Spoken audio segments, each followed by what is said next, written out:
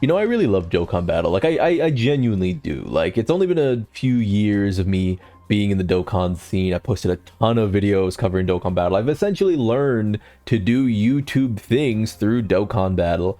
And one of the things that I've sort of gotten out of the game and gotten out of the community is just sort of a perspective on like how people think about these games. Specifically, like the gacha space is very unique. It's very unique in games because almost every time I see sort of a take, you know, dissecting or like, you know, complaining or disparaging or praising a gacha game specifically, or, you know, I guess more specifically Dokkan, I never really feel like it gets to the point, the root of an issue. It just sort of piles on as this sort of nebulous thing that doesn't really mean a whole lot of anything. And this has come to a head, by the way. Welcome if you've never been to this channel, or if you're returning. Sorry I haven't been posting a lot of Dokkan, but Bleach Soul Resonance owns my soul, and people seem to really like those videos, so I'm gonna keep posting them. But I'm lone, and I typically make Dokkan Battle videos. We have Goresh here, long-standing member of both the Dokkan and, you know, Dragon Ball Legends community. He says, I just did the Bio Broly Red Zone stage, and I might actually do a Dokkan discussion video for the first time in a long time. And you can see this tweet got a ton of replies, a ton of views, you know, etc., etc. You know, a pretty innocuous tweet, but, you know, getting a bit of attention. I responded, the game's just hard to fix up without upsetting a wide swath of players, to be honest. Every 4-ish months, the hard fights become easy to bulldoze and lead to another bigger, badder fight. We were already at the edge of the special battle stuff being too easy. It was bound to happen, sadly. And let's move over to the actual replies in his thread. So here we are. We can, you know, here's the thread. And we have someone who, you know, you see around a lot if you play Dokkan, Jordan W20, saying, Dokkan knows it's okay if units are good for more than 3 months, right? That it's okay for a unit like Super Saiyan 4 Gogeta to be good in the 11th anniversary meta, allowing him to be a fun building block on a team in the future. Let's stick on Super Saiyan 4 Gogeta. Keep him in your mind. We'll be watching. I'm here for it like the old days. You know, Dokkan specifically said they're going to move forward with designing different units for different fights, and not every unit will be good in every fight. This fight is just a differently structured fight than the others that allows other units besides the user to sign. This is true. This fight predominantly wants to push, you know, dodging units back to the forefront because, as we go up here, we've been getting a lot of fights where dodge is canceled and Gogeta has been the man. He's been, you know, invincible essentially. Let's see, Annie in 2 weeks, we know what's up. The Powercreep is so bad I'm honestly considering quitting the game. It's a classic response here. Twitter users say this isn't bad Powercreep, even though some other YouTubers don't even think it's a problem, which is not true. I mean, all I've seen is bitching on Twitter. All I have seen is bitching. Dokkan Powercreep this year has been so fucking ass. Same for Legends. I get that they want to release a super hard event going into 11th Annie because they want the new units solving the fight to increase the hype, but it sucks to see the New Year's units in these days struggling in it. Their hype is sort of sacrificed as a result. Very true. So what is it? What is like the point of even talking about something like this, right? Like, what is the point of like going into the thread and going into Goresh's tweet? It's that I've seen this about Dokkan a lot, and I feel like no one wants to talk about the elephant in the room, which is that Dokkan as a PvE game is still 11 years in. We are 10 days, 13, 14, 15 days away from the 11th anniversary, is not keeping up with modern gacha standards. And if you know that, and if you understand that, then you understand that Dokkan as it exists right now can't fix the problem. And by the way, it actually starts with your favorite characters like Super Saiyan 4 Gogeta. So here we have everyone's favorite, right? This is Super Saiyan 4 Gogeta. And actually, let's also go here and bring up the fight he was made for. All right. So special global campaign, you know, these sort of events. I said up top when it came to characters like Gogeta, and you can find a lot of Gogetas out there. People think that like Super Saiyan 4 Gogeta is just like this unicorn who was power crept too soon. But if you look at his kit, he's touchable. He's touchable immediately. This is not a character who looked like he was going to be around forever. He's a hype face with a very basic kit. And while you could say, well, they shouldn't overcomplicate kits, sure. But let me tell you something. If you don't want them to power creep your characters, then they need to complicate the game. Because otherwise, what you end up with is dun dun dun dun. Where is he? Can I scroll down and see him? This character. And by the way, this is nothing against Beast Gohan.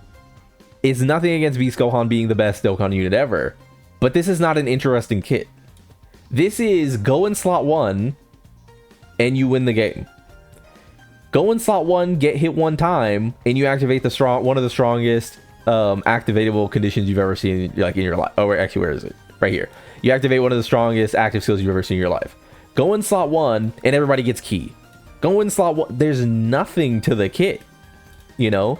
There's no moving pieces. There's no moving parts. This isn't complicated. This is not an interesting kit. You can't actually make these mythical fight because that's what everybody says, and it's the reason we're doing this like rant video. And I'm not going to make it too long because I don't have 30 minutes worth of ranting to get out of my system, but I am just sort of tired. And maybe Goresh has points on this, and I'm not saying this is like a Goresh thing. I'm saying that this spawned this talk again in my on my timeline. And I'm just sort of tired of the average Dokkan Battle player not understanding that if you want these characters, like Dokkan Battle has actually done a pretty good job of providing different situations for different characters. So we go down here, and again, this person says, hey, Dokkan doesn't want every character to be good for every fight. And it doesn't get any likes. And it's because people are sort of being bound by this sort of paralysis inflicted by the community. Once the new hardest fight comes out, they decide that every other fight is not worth doing. But you even see this with Truth, who is sort of like the figurehead of the Dokkan community. He plays the different fights. You know what I mean? And he might say something is like Powercreep, something this or that, but he'll also say, and I got to give him credit because this is something he repeats a lot, even when people get on his ass, is that, hey, there's still other fights for other characters. And while, we might have a new fight that is, complicating this for some people, I mean, guess what? This is just gonna keep happening. I know it sucks. I know it sucks, but the risk you take and the problem that Dokkan needs to solve if you want this to be fixed is how do we make the choices in each turn matter? And we might see this with whatever their newest event is, where they said they played it at the preview where you split the teams into groups of 3 characters and you fight like on 2 sides, right? Maybe that's the solve. But as it goes, Dokkan is not getting better at designing the like fresh content. I mean, do I need to remind you, right? Also, Chain Battle is gone. You know what I mean? Like, World Tournament is still there. These characters are just going to fit. If you want a character like Super Saiyan 4 Gogeta, who has this bland fucking kit, and by the way, I pulled on this character, he's sick. He's saucy as fuck. But the thing that makes Super Saiyan 4 Gogeta saucy are his animations, not his kit. Do you know who is actually like a character who does a lot of things? This guy. This guy who everybody said was sacrificed for Gogeta's animations? This is like a kit that does things. This is the kit that we should lean towards more when we design Dokkan characters. Supports who are... And it's not that Gogeta doesn't have any support on his kit, right? It's not that. But these really dense supports who, he has a counter attack so he can go... Or he has an active for his... For his team, his domain. He has an unarmed super counter attack, so that means that he can go in slots that otherwise he usually shouldn't be able to go into. Like, by the way, he can go in slot 1 against this guy, right? The issue is that it's going to be his team and like the normals and stuff that hurt, but these are sort of things that are really like interesting, right? It's in the same way, and to be fair, we have a Ki Blast superhero on Gogeta, right? So if Bio Broly was shooting Ki Blast, Gogeta would have the same, overall benefit. But the thing is, because his bag is so much lower, because his bag sort of starts and ends at what is the current level of power that the game is at. And because they know that, they can get away with shipping characters like Super Saiyan 4 Gogeta, who is so basic. They know they can send you this type of character. He'll be top 1 in the game, and then guess what? Shh, he's gonna go away. And by the way, you could argue he was never really even top 1, because guess what? It's the fucking bag holder again. This guy was and is crazy. And that's sort of what I'm talking about. It's like, we sort of get caught in the weeds talking about like, well, they're just power creeping all the characters out. And it's like, they don't really know what to do that appeases everyone. Because they either just move the needle and we get new characters, or they try out events and everyone stops playing. Because ultimately what Dokkan is an excuse to get onto a Dragon Ball game, see some animations, and then close the app. Because they don't want to modernize to the extent of a Bleach Soul Resonance, of a Honkai Star Rail, to the... You know, I've been playing a lot of Bleach Soul Resonance lately, and it sort of reminded me, like, you can really make some fun PvE content. I remember seeing someone say that, like, you know, Bleach Soul Resonance needs to add PvP or the game's dead. And it's like, you don't realize how dominated this market is by PvE. Like, Dokkan and Legends are talked about like in unison together, and people are always like, well, you know, Dokkan can't do this because, you know, Legends is over here, and, you know, it can't infringe on its space. Fuck all that. Like, in Bleach Soul Resonance and Honkai Star Rail and Genshin and all these, you know, PvE games, we at least have like a leaderboard or something. You know, you can go into a Bleach Soul Resonance run on launch, on the day it launched. You could go into a fight, do the fight, and see where you rank. As a free-to-play player, I can see myself rank top 20 on the server. Dokkan doesn't even have that. Dokkan is for collecting the cards. You know what I mean? And if you want to get into conversations about designing the game, making a game that is more interesting to actually press buttons on, I mean, we're gonna have to talk about Dokkan modernizing in meaningful ways 11 years in, and we don't have like active leaderboards for anything. We don't have like, you know, ways that we can gauge our PvE credentials against other players. Like, look at what the game is and what they're selling you, and stop trying to make this game something it's not, because you're gonna be disappointed. It just is what it is. If you want characters with the quote-unquote good boring kits like this guy, and you hate the interesting kits, like, and I'm sorry, it's gonna be one of those points we have to like come up with, but if you hate the interesting kits, the characters like this guy right here, and you don't like Dokkan releasing these types of characters, and I'm not saying that like the unprecedented elite team, Captain Ginyu and his force, like, you know, this character was bad the day he came out. I'm not saying they should release bad characters. I'm saying that if you want characters to be interesting, if you want fights to be interesting, they would actually have to stop making Super Saiyan 4 Gogeta kits.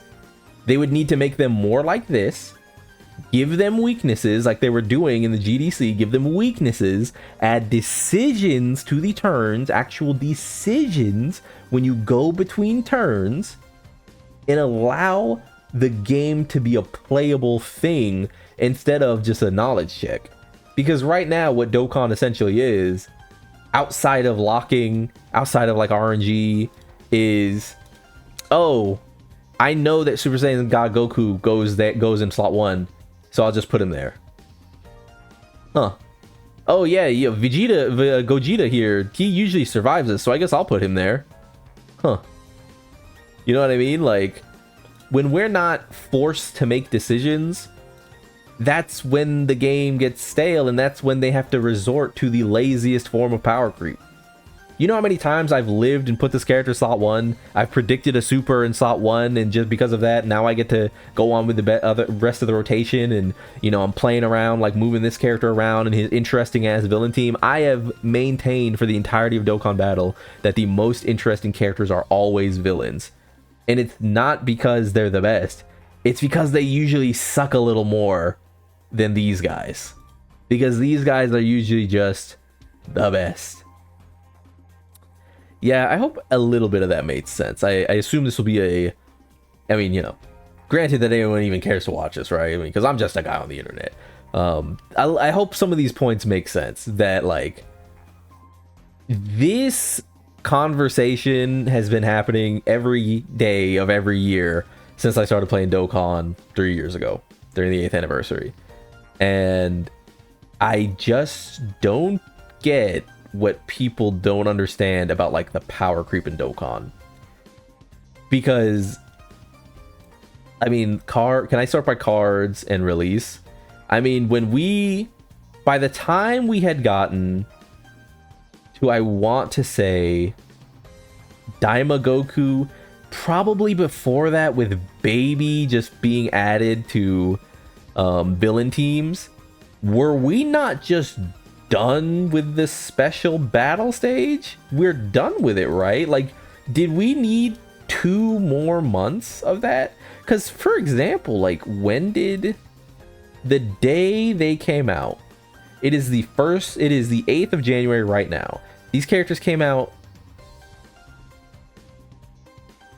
I mean, that's 6 months? Yeah, it's time to go. It's time to move the game forward. You know, we're good. You know what I mean? We're good. Like, we don't really need to stick around playing that stage anymore, right? Like, it's time to go. Because Daima was pretty difficult, I guess. It was okay. Was there anything else here? The giant forms are okay. Pure Saiyans, can I even remember what this was? The Broly fight was okay. You know, pretty good. But like, people are acting like the game has advanced just so infinitely much. We're good here, right? Are we not good here? 6 months of this? Like, we're good, right? Am I crazy? Maybe I'm crazy. Well, with all that being said, though, thanks for listening to me yammer. Like if you like the video, subscribe to the club. We all go make it, and peace.